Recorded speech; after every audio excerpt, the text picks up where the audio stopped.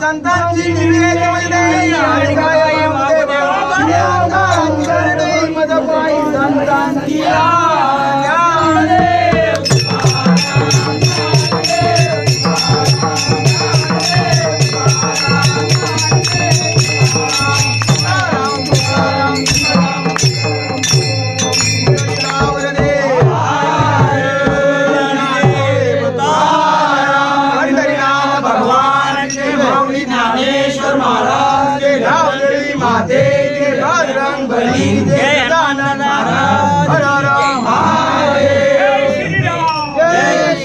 दुपारी आता महाप्रसादाचा सर्वजण लाभ घेतात आणि ह्या सगळ्या आमच्या माहेरवासनी.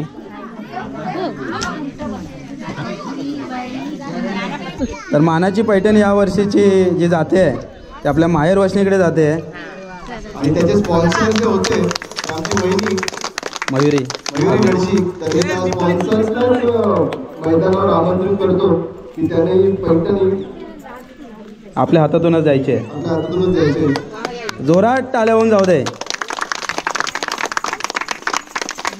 एक दुसरं पारतोय कोणी जास्त आहे दीक्षा गडशी, दीक्षा वहिनी. दीक्षा वहिनी तर संगीत खुर्चीचा खूप अटीतटीचे सामने झाले होते. त्याच्यामध्ये वहिनीने खूप प्रयत्न केले पण यावर्षी एक तरी प्राइज घेऊन आलेले आहेत. सुगंध गडशे म्हणे आहे जरा गिफ्ट द्यायचं आहे आपल्या सुनेला. होय हे घ्या. सासूने पण पुरेपूर प्रयत्न केले होते पण याच्यामध्ये सुनांचा आणि मुलींचा थोडंसं ज्यानी बाजी जास्त. टाळ्या होऊन जाऊ दे. तर संगीत खुर्चीचे आपण 2 नंबर काढले होते. दुसरा जो गेम होता प्रथम पारितोषिक आहे सुनीता गडशी आणि जवळजवळ 3 बिस्किट खाल्ले मिनिमम टाइममध्ये. 4 बिस्किट. आणि मला वाटतं थांबवलं नसतं तर अख्खा बिस्किटचा पुडाच खाऊन टाकला असता. पण गेम मध्ये खूप यांनी खूप चांगली ट्रेनिंग दिली होती. मला वाटतं त्यांच्या पत्नीचा सहभाग असावा ट्रेनिंग मध्ये. विनय काकींना विनंती करतो की त्यांनी पारितोषिकीसाठी द्यायचं आहे त्यांना फर्स्ट प्राइज द्यायचं आहे. जाऊबाई जोरात.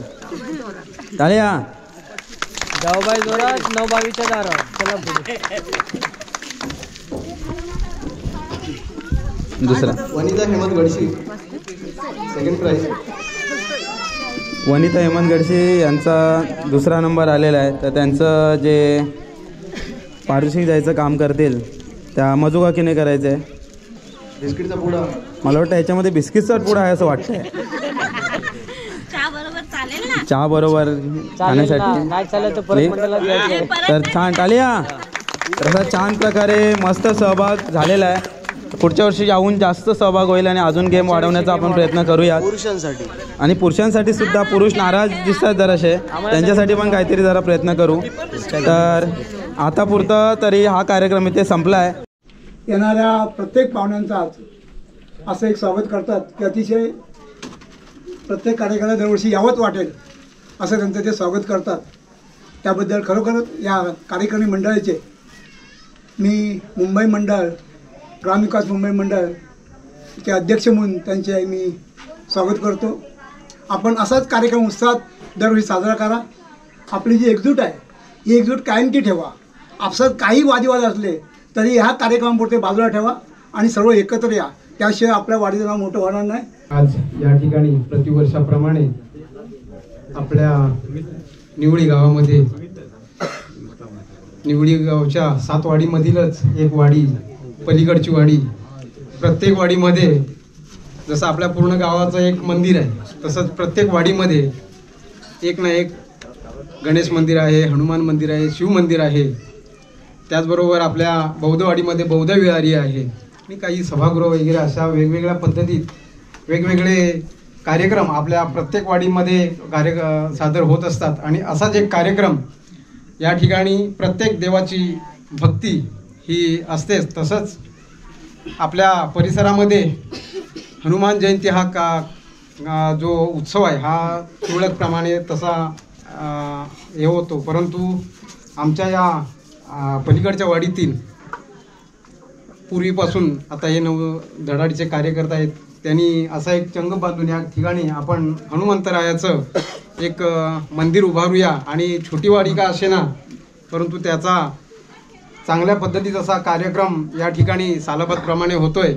या कार्यक्रमाला उपस्थित आपल्या गावचे मानकरी मामा, आता मुंबई मंडळाचे अध्यक्ष बालकृष्णजी घडशी, त्याचबरोबर या मंडळाचे आमचे प्रकाशदादा घडशी, अविनाश घडशी असतील, अनिकेत घडशी असतील, आपले कल्पेश घडशी, दिनेश घडशी, हे सगळेच आपले मित्र लोक आहेत. अर्जुन दादा असतील, एक आपले मुलांचे सहकारी. आणि हा कार्यक्रम अतिशय सुंदर असा, छोटा का कार्यक्रम होईना परंतु अतिशय सुंदर असा, आणि दरवर्षीप्रमाणे हा मला वाटतं ह्या वर्षीचा जो कार्यक्रम आहे हनुमान जयंतीचा हा थोडा आगळा वेगळा आणि अतिउत्साहाने साजरा करताना आपल्याला सकाळपासूनच या ठिकाणी दिसतंय की मुलांनी चांगली या ठिकाणी कार्यकर्त्यांनी तयारी करून या ठिकाणी कार्यक्रम कसा आपला जास्तीत जास्त उठवता येईल आणि आपल्या या सर्व परिसरामध्ये हनुमंतरायाचं कसं एक चांगलं भक्तिमार्ग या ठिकाणी रुजवता येईल असा एक कार्यक्रम त्यांनी सुंदर असा कार्यक्रम या ठिकाणी करतात. हा कार्यक्रम करत असताना तितकीच त्यांना पाठबळ आपल्या वाडीतले सर्व जे लेडीज असतील, महिला असतील किंवा सगळे चाकरमानी वर्ग असतील. इथे आता जसं बघायला गेलात तर गावामध्ये तुरळक अशी माणसं राहिलेली आहेत, परंतु मुंबईतून अगदी इथं आता 90% मुंबईत आहेत आणि 10% इथं आहेत. तरी पण हा कार्यक्रम इतका उत्स्फूर्त आणि चांगला एवढा उठावदार कार्यक्रम करतात की खरंच तुमच्या या कार्यकर्त्यांचं एक कौतुक करावं असं वाटतं. चला मंडळी, मगाशी संगीत खुर्चीचा छान असा कार्यक्रम झाला आहे आणि आता हरिपाठ चालू आहे. हरिपाठ झाल्यानंतर आपल्याकडे महाप्रसादाचा पण लाभ घेतला जाईल. त्याच्यानंतर नमन सुरू होईल.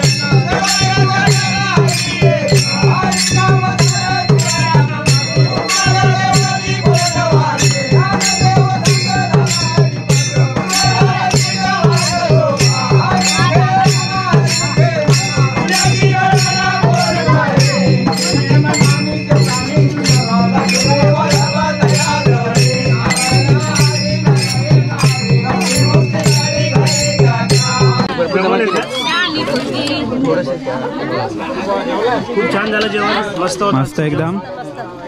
चला, हरिपाठ वगैरे झालं आहे. तर आता महाप्रसादाचं मगाशी आम्ही जरा जेवण वगैरे वाढायचं काम करत होतो. आता ही तसं म्हटलं तर शेवटची पंगत, वाडीची पंगत, भावकीची.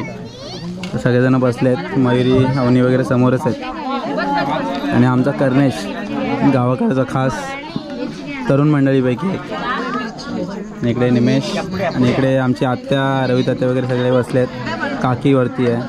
ह्या आमच्या नवीन वहिनी सर्वजण आहेत.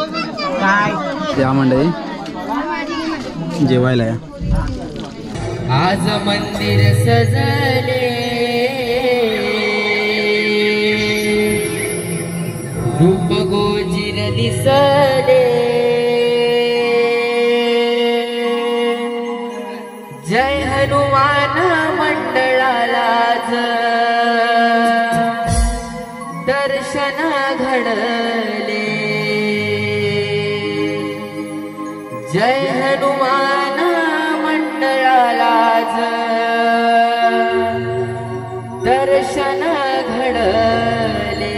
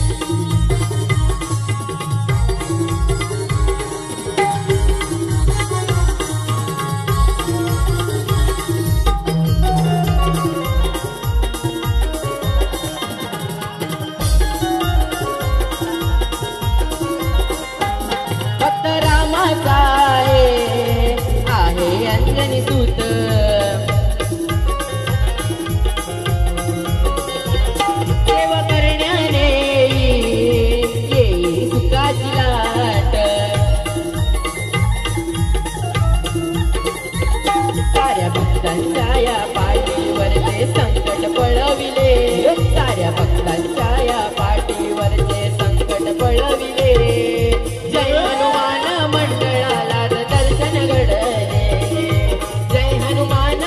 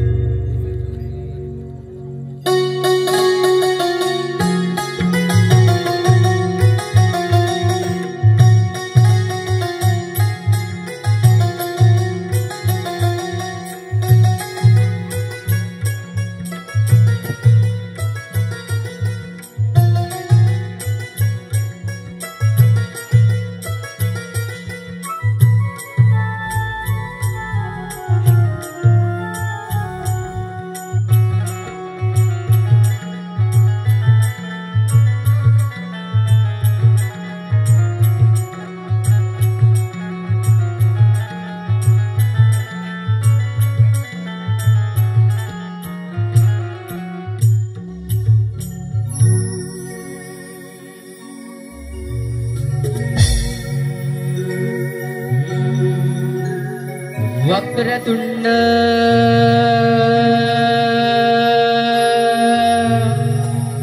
महाकाय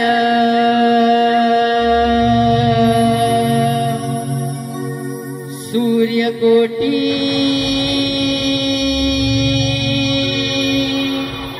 समप्रभ निर्विघ्नं कुरु मे देव सर्वकार्येषु सर्वदा।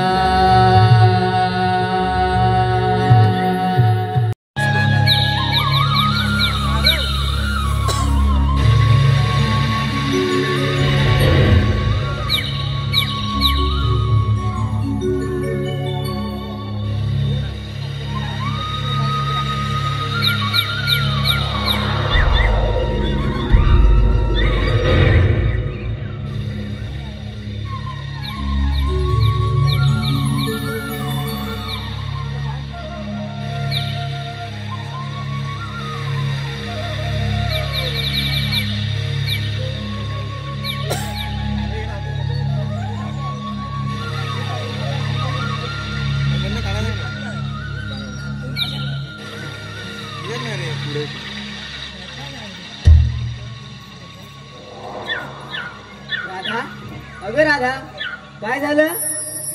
अरे मोहना, कसं सावरू मी माझ्या मना. तुझ्या विना या वेदना सहनी होत नाहीत. काना, आता मला जावं लागेल. राधा, मग पुन्हा कधी भेटशील? तू उद्या येशील? नाही नाही, अरे रोज रोज कसं येऊ भेटायला तुला? अगं राधे, जशी आज आली होतीस. अरे काना, या संसाराची रीतच आहे बघ. कंठमणी दाटले होते, शब्द तुझ्यासाठी उमटले होते आणि येणारे मधुर स्वर हे तुझ्या बासरीचे होते. आणि काना, माझे मन फक्त तुझ्यातच गुंतले होते बघ, म्हणून मी इथे आले. ठीक आहे राधा. राधा, जेव्हा मी मुरली वाजेल तेव्हा तू समजून जा की मी नदीकडे तुझी वाट पाहतोय म्हणून. नाही नाही काना, अरे तुझी ही मधुर बासरी वाजवू नको का? अरे काना, तुझ्या या मुरलीच्या स्वरामध्ये कोणती जादू आहे मला माहित नाही, पण जेव्हा दुपारी सर्व गावकरी झोपले असतात, तुझ्या या मधुर बासरीचे स्वर ऐकून तेही जागे होतात आणि साऱ्यांना समजतं की तू आमच्या गावावर आलाय. अरे काना, मी कितीही लपून यायचा प्रयत्न केला तरी ही गोष्ट सर्वत्र पसरतेच बघ. काना, अरे मी तुझ्यासाठी किती टीका सहन करते हे फक्त माझं मला माहित आहे. हे बघ राधा, टीकेला घाबरण्याने प्रेमाचा मार्ग धरू नये. राधा, जेव्हा मी मुरली वाजेल ते तू घराबाहेर पडू नकोस. काना, अरे ते देखील शक्य नाही. राधा, मग हे देखील शक्य नाही की मी गावामध्ये येणे थांबेल. राधा, मी कोणत्याही टीकेला घाबरत नाही. मी फक्त प्रेमाच्या आशेत जगतो आणि मी प्रेमाला सर्वोच्च मानतो, म्हणून मला यावं लागेल. आणि काना, मी नाही आले तर मग तू काय करशील? राधा, तुझ्या पाऊल खुणाला मुरली वाजेल आणि परत येईन बघ. माझ्या पाऊल खुणा?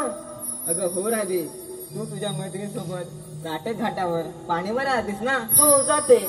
त्या सर्व पावलांच्या खुणा व त्यामधील तुझ्या पावलांचे ठसे ओळखू शकतो मी. मी फक्त त्याच्यावर प्रेम करेन आणि परत येईन बघ. काना, तुमची माया या राधिकेला अनेक रूपात भुलवत असते बघ. अगं राधा, हेच तर द्वैत आणि अद्वैत यांचे रहस्य आहे की द्वैतामध्ये अद्वैत आहे आणि अद्वैतामध्ये द्वैत लपलेला आहे. हे सत्य समजल्यावर तुम्ही माझी तक्रार करणार नाही. अरे काना, पण मी एक साधारण मुलगी आहे, एवढ्या खोलवर नाही रे जाणू शकत. राधा, ही नक्कीच खोलवरची गोष्ट आहे बघ, पण याचा अर्थ अगदी सोपा आहे. म्हणजे मायेच्या डोळ्याद्वारे आपण आपल्या सभोवतालचे वेगवेगळे रंग आणि चेहरे पाहतो, विविध प्राणी पाहतो. ते वेगवेगळे नाही, ते सर्व एक आहेत. राधा आणि कृष्ण या जगात जे काही आहे, जे आहे ते फक्त राधा आणि कृष्ण आहे. राधा आणि कृष्ण शिवाय या जगात दुसरे काही नाही बघ.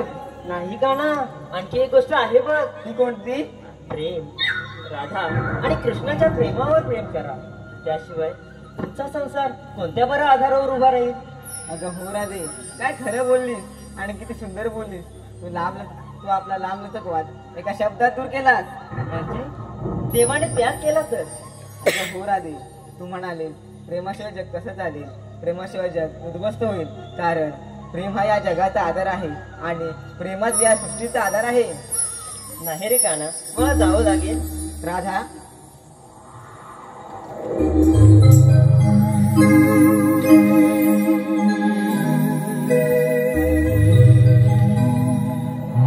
मदनाचा रंग लाविला तुरे काना